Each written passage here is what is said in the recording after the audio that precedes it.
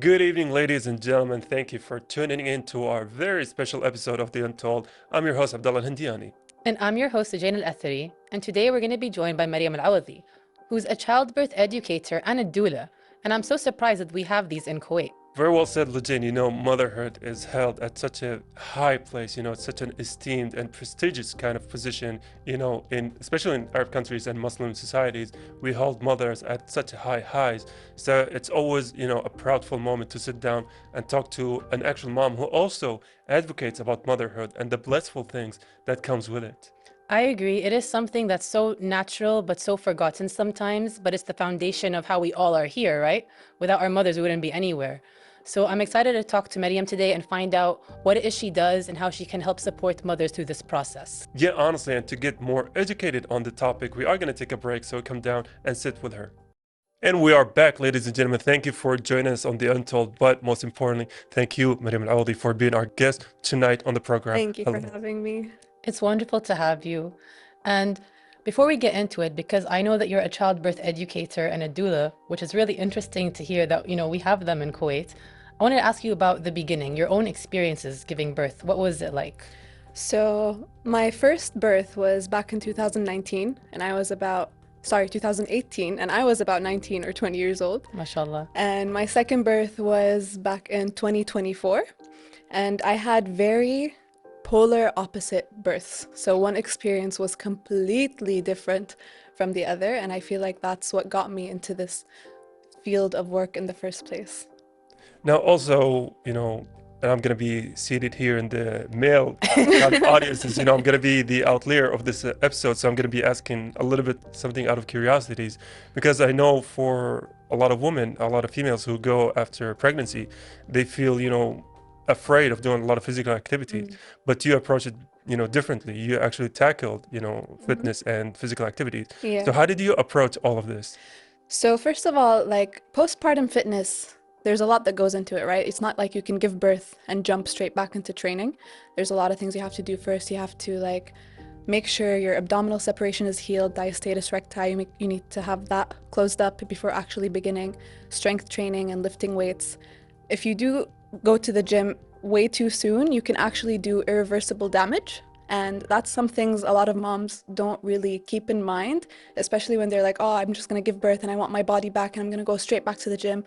And, that's not the right mentality to have, especially when you just spent 9 months creating a whole human and birthing that human. You need to give your body the rest it deserves and the healing period it deserves. That does make a lot of sense. I know in a lot of cultures, like in the Middle East and in China, for instance, they have a time after you give birth, but you are kind of meant to kind of rest and be with the women around you and kind of, I guess, heal your body. Like we do here. We have that 40 days in Fas. It's kind of the same thing, essentially, just different traditions. So it's really important to have that in general. Because some people do say get back into movement immediately. Yeah, no, I would say wait at least 6 weeks. It depends whether you gave birth naturally, through C-section. It really differs on your experience, how your body handled the pregnancy, twins, single child, it all makes a difference. And those 40 days we have is the 6 weeks recommended globally. So I think 6 weeks is a good starting point if you want to think about going back to the gym. Some people take longer, could be 8, could be 10, depends on your body really.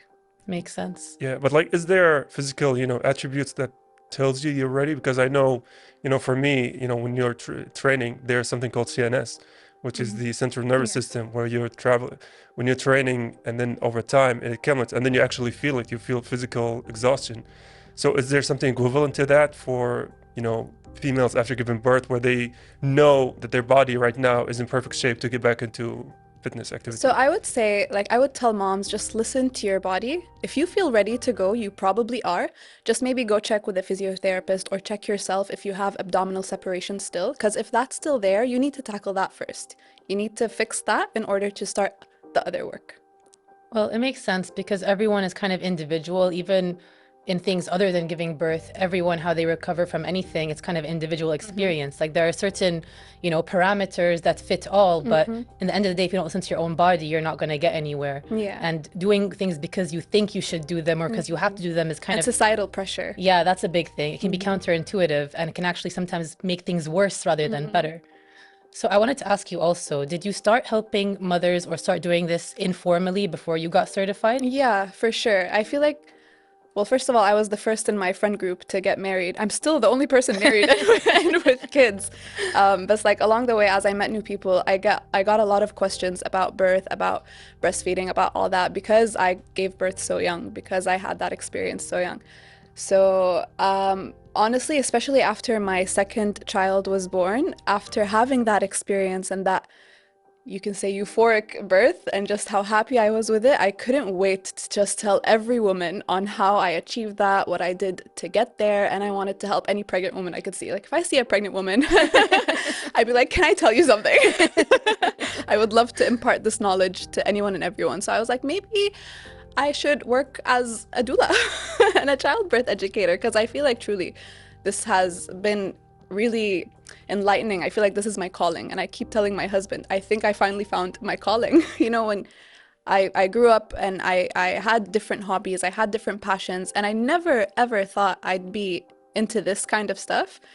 But just based on how I went through it with a doula and I experienced it firsthand and I did the learning and I did everything, I was like, you know what, I want to help moms. I want to help women feel the way I feel and have the experience that I had.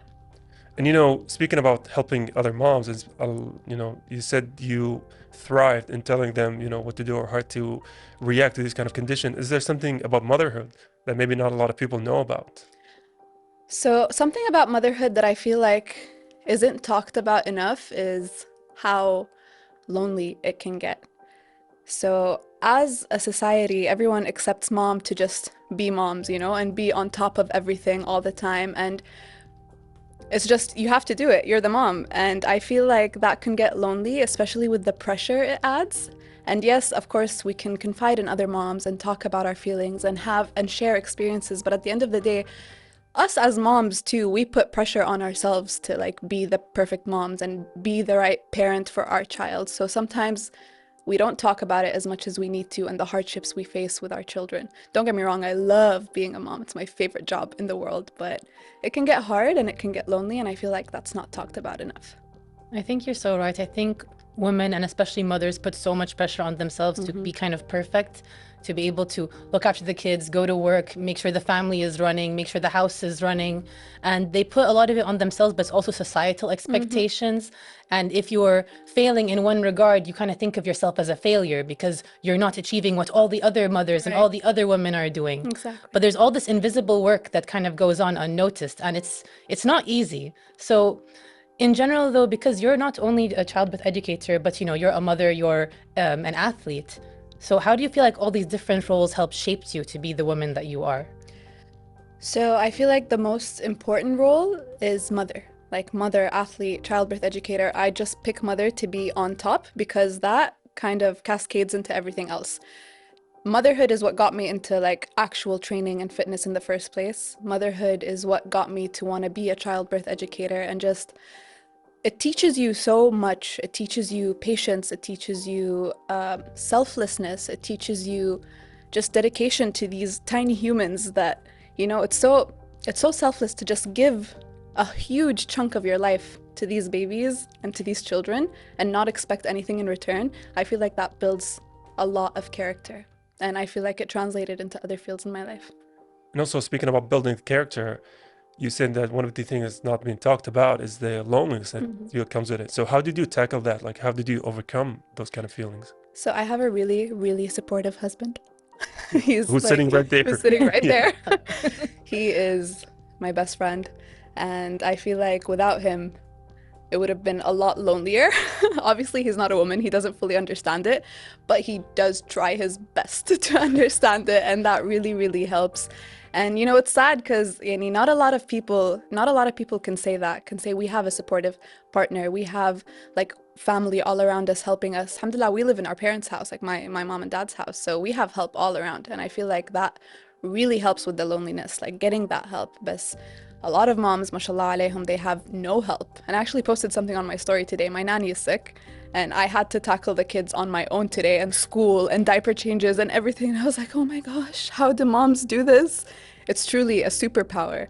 And I feel when you do have the support around you, it really makes a world of a difference.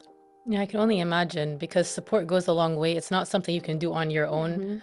Yeah, like they do say like it takes a village, It really does. And I think in the past it was more of a community experience raising a child. It was like this is the child of the village, of the town, so we all have to help look after it. And we've kind of entered a kind of society and a world now where everything is more individualistic and there's a lot more isolation and stuff. Whereas the more traditional way of doing these things is you need a support system. Like I know that when I was born, I was the first child. My mom was in way over her head. So I was kind of with my grandmothers a lot. Like they pitched in all the time. So did my like great aunts. They were always around to help my mom because she was working. She was really young. She didn't know how to raise. And back then there was no internet. There was no social media telling you what to do. They had to figure out stuff from books and from what people said, So it was a whole different world. But without that support system, she wouldn't have been able to raise us and also look after herself. And even the idea of having a supportive husband, I think that's so important. And I think a lot of people, like you said, they don't have that. But you kind of need both parents, I think, to kind of work with raising a child. It can't only just be on the mother. 100%. Yeah, but it's definitely not 50-50. Like the dad has a role and the mom has a role. So like when moms be like, I'm gonna give birth, and the dad has to like pitch in with raising the kid as much as I do, that is just not realistic. Obviously, the mom is gonna be the one who's gonna be raising that child just a little bit more, especially if she's breastfeeding. She's gonna be with that baby 90% of the time. Dad's role, however, is to like be there for playtime, be there for emotional support for the mom, because the dad in this family. So the dad in this situation is basically like, I feel like the dad's biggest role in this family situation is to support the mom in order for the mom to provide the best for the kid. And that's how it goes. It's a triangle. And I feel like that's the best way to describe it. Yeah, I think I heard it once in a movie or maybe a TV show or something where they call the mom as the head coach and the father is, the one who brings the cooler and the water is everything for the mom. I think that's a good equation, especially like you said, for a lot of moms, especially for the young children, they have a more intimate relationship with them as opposed to the father. Yeah, definitely. You could say I'm the CEO and my husband's the secretary. And speaking about the role, distribution in the household, is it something that comes naturally? Is something you feel organically comes as the children come into the house, or is it something defined? No, not at first, because when I first had my baby with my husband, so recently, 2 years ago, he's still a year old. Okay. So when we had our son, I was in that mentality of like 50-50, help me out, don't leave me, especially because he had time off of work. I'm like, you have to be doing the same amount of effort that I'm doing, because it felt so lonely, right? But as that baby grew, as our son grew, as I grew as a mother for the second time, I realized that no, that's not how it works. If we're gonna like establish healthy family dynamics, I need to like take on the role of mom, and there's nothing to be ashamed about. You can take on the role of mom, you can do more, and at the end of the day, dad is doing more to provide for the family anyways. So again, different roles. Well, I think being a mother is probably the hardest job in the world, and the best job, but also the hardest. And so I want to actually ask you more about your role in general, like what you do. Like, how would you explain it to someone hearing about it for the first time? Because childbirth educator and even doula, I was really surprised to hear that you're a doula, because I didn't know in Kuwait we had any doulas. I've only really heard about it in other countries or in movies where I first learned about it. But it's actually a really traditional thing. So how did it come about? So like you said, it's very not known here in the Middle East, especially I feel like in Kuwait. So basically what a doula is, it's a support person, right? It's not like a midwife or a doctor where they actually like they're hands-on with the birth and they actually birth your baby for you. No, it's someone who's there to advocate for your choices, help you make informed decisions, and just support you through what you want along the way, and make sure you have the birth experience that you desire, and try to block out any interventions. So the doula is there to help you, to support you, because in the labor room, there can be a lot of interventions, a lot of interferences from doctors, from nurses. And when a woman is there laboring, she's not going to want to talk. She's not going to waste her energy telling them what she wants and what she doesn't want. So having that support person there, it makes the world of a difference. But as a childbirth educator, so basically a childbirth educator teaches the mom everything she needs to know about pregnancy and birth. And when I say pregnancy, I mean the physiology of pregnancy, the hormones that go into pregnancy, how the baby forms, what's happening internally in your body, the stages of labor. Basically, she teaches you everything you need to know. So when you do walk into that labor room, you're prepared to bring your baby into this world. And was there any like defining moment you decided you wanted to be this person? Yes. The first 24 hours after I gave birth to my son, which was the best birth experience, like it was so euphoric, like I said in the beginning. I was like, I need other moms to experience what I experienced. And that's where it clicked for me. Like, I want to be a doula. I want to be a childbirth educator. Honestly, that's so amazing. And it's amazing that you found your calling in this way. We are going to take a very quick break, and then I hope we can discuss this further because it's such a, it's such a mind-blowing topic, really. So stay tuned for after the break. We're back, ladies and gentlemen, from that quick break. And Maryam, I do want to ask you about something, because you started in a field, I think that not a lot of people go into about, educating other people about what's next in terms of motherhood, because a lot of females assume it just comes naturally to you, right? They take it from their moms, their grandmoms, their aunts and sisters. So having stepped into that kind of role, what were some of the challenges you faced initially? So, like you said, not a lot of people know about doulas, especially in Kuwait. So whenever I feel like I bring it up, they're like, what's a doula? What does a doula do? And I feel like that lack of knowledge and awareness is very challenging for the people who do work in this field here, because it's hard to get exposure in Kuwait as a doula because new moms don't know what a doula is. I do feel like it's picking up now, however, so that's a good thing. Another challenge I would say would be kind of changing the way moms view themselves and their bodies and childbirth, because like you said, they learn from their moms, their grandmas, and like all the women that came before them. So sometimes a certain way of thinking is stuck in their head, and when you come and tell them, you can literally birth at home if you want to, they're like, what? What do you mean I need a doctor? And like, by all means, alhamdulillah for the medical system, because doctors save lives at the end of the day. Some moms genuinely need C-sections. They genuinely need to be intervened when it comes to birth. But most of the times it can happen very naturally. If you're a low-risk mom, you don't have any complications during pregnancy. If you're left alone in the middle of the desert and you want to birth, you could literally just do that there. It's kind of instinctual, and people forgot that. Women forgot that, and I feel like this is why childbirth education is so important, to remind you that your body is capable of doing this. No, that I feel like I agree with you because, as you said, it's something kind of instinctual almost, and people have been doing it since the dawn of humanity, basically, Women have been giving birth, and it was way before hospitals even existed or any of that kind of stuff. It just happened because it had to happen. And as you said, a lot of people have forgotten that. So how do you go about, do you have any challenges with people who maybe don't understand what you're doing? I mean, especially in our community, I feel the easiest way to convince someone is mentioning the story of Sayyidah Maryam radiallahu anha. How did she give birth? She was holding onto a tree. She was in an upright position, letting gravity help her, and God told her, eat dates to keep you energized and drink from the river to stay hydrated. Best instructions for childbirth. Just do that wherever you are in the world. Do that if you're a low-risk mom, healthy pregnancy, stay hydrated, have energy, and you're going to be able to do what God intended you to do. And also, how do you balance that kind of equation? Like educating them about, going through the traditional methods as opposed to modern, technologies and knowledge that facilitate in this kind of thing. Like, where's the balance there? I feel like the tradition is the natural way of childbirth, and the modern technology you're speaking of is the medical system, because birth is a very, very natural thing that has been severely medicalized. Because when a doctor sees a pregnant woman and they're about to deliver the baby, that's exactly what they're doing. They're delivering the baby. They're not allowing the woman to birth her baby. So this is the difference between a midwife and a doctor. A midwife essentially just observes, and if a complication does arise, that's when she steps in. And a doctor, however, they're trained for complications. So they want to do everything, they want to intervene, they want to do everything to prevent complications in the first place. But sometimes that can have adverse effect. I attended a birth recently, and they told my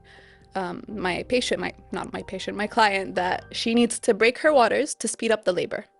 And she didn't have to do that. Her labor was going fine, but she listened.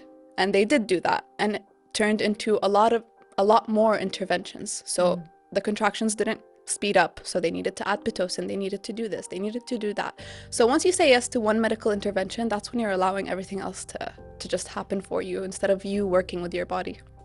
I feel like that's a good point. And working with your body is so important. Even how you said that before, like, you know, it was a standing upright position, whereas now you're like laying down, kind of reclined on a Which bed. is the worst position to I've give heard birth that on. actually, yeah. So bad. Yeah, I've heard that apparently before it was natural because I said you're working with gravity, so it helps it come out, you know? But being reclined, it's like more pushing and more effort and So struggle. actually that position came from a doctor who, his sister died in childbirth. So he made it his life's mission to understand why.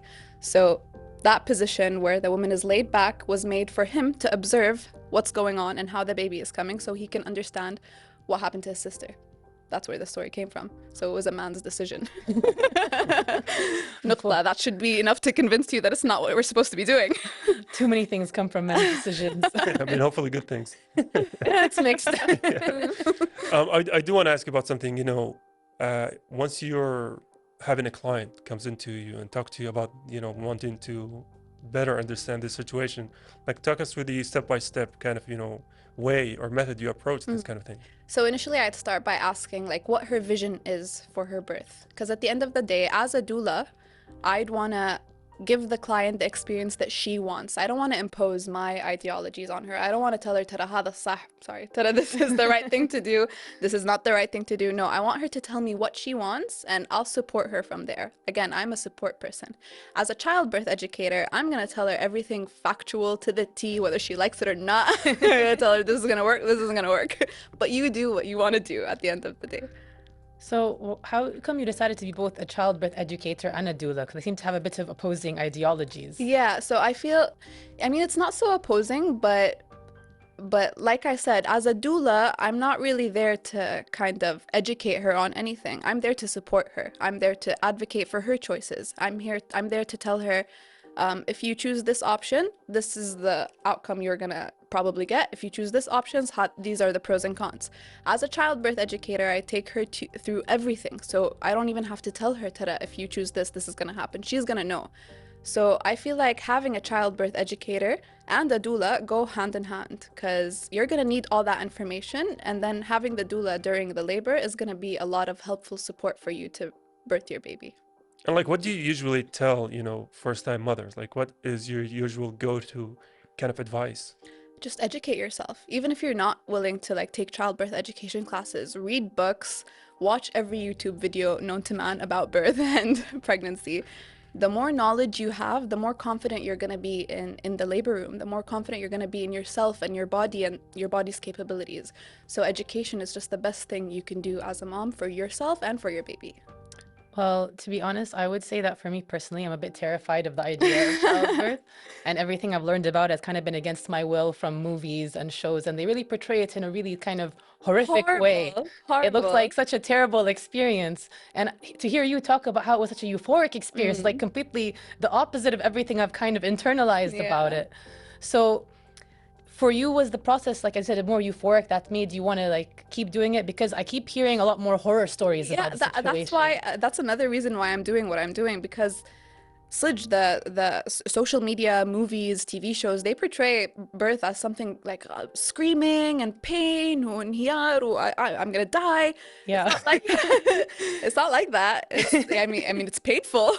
You're literally birthing a human. It's gonna be painful, but it's also such a like it's all mental. Like if you know how to control your thoughts, if you know how to breathe through it, you could have a really, really good experience that'll really determine your birth. And if you actually go inward instead of just focusing on all the horror stories you hear, you'd be surprised how magical a birth can be.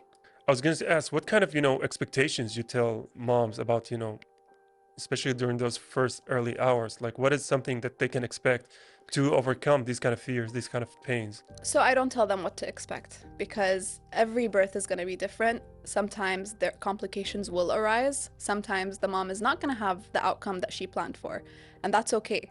As long as she put in the work, she had all the information, the most important thing is that she was making informed decisions during her labor, whether that leads to an emergency C-section or it leads to a natural, no intervention birth.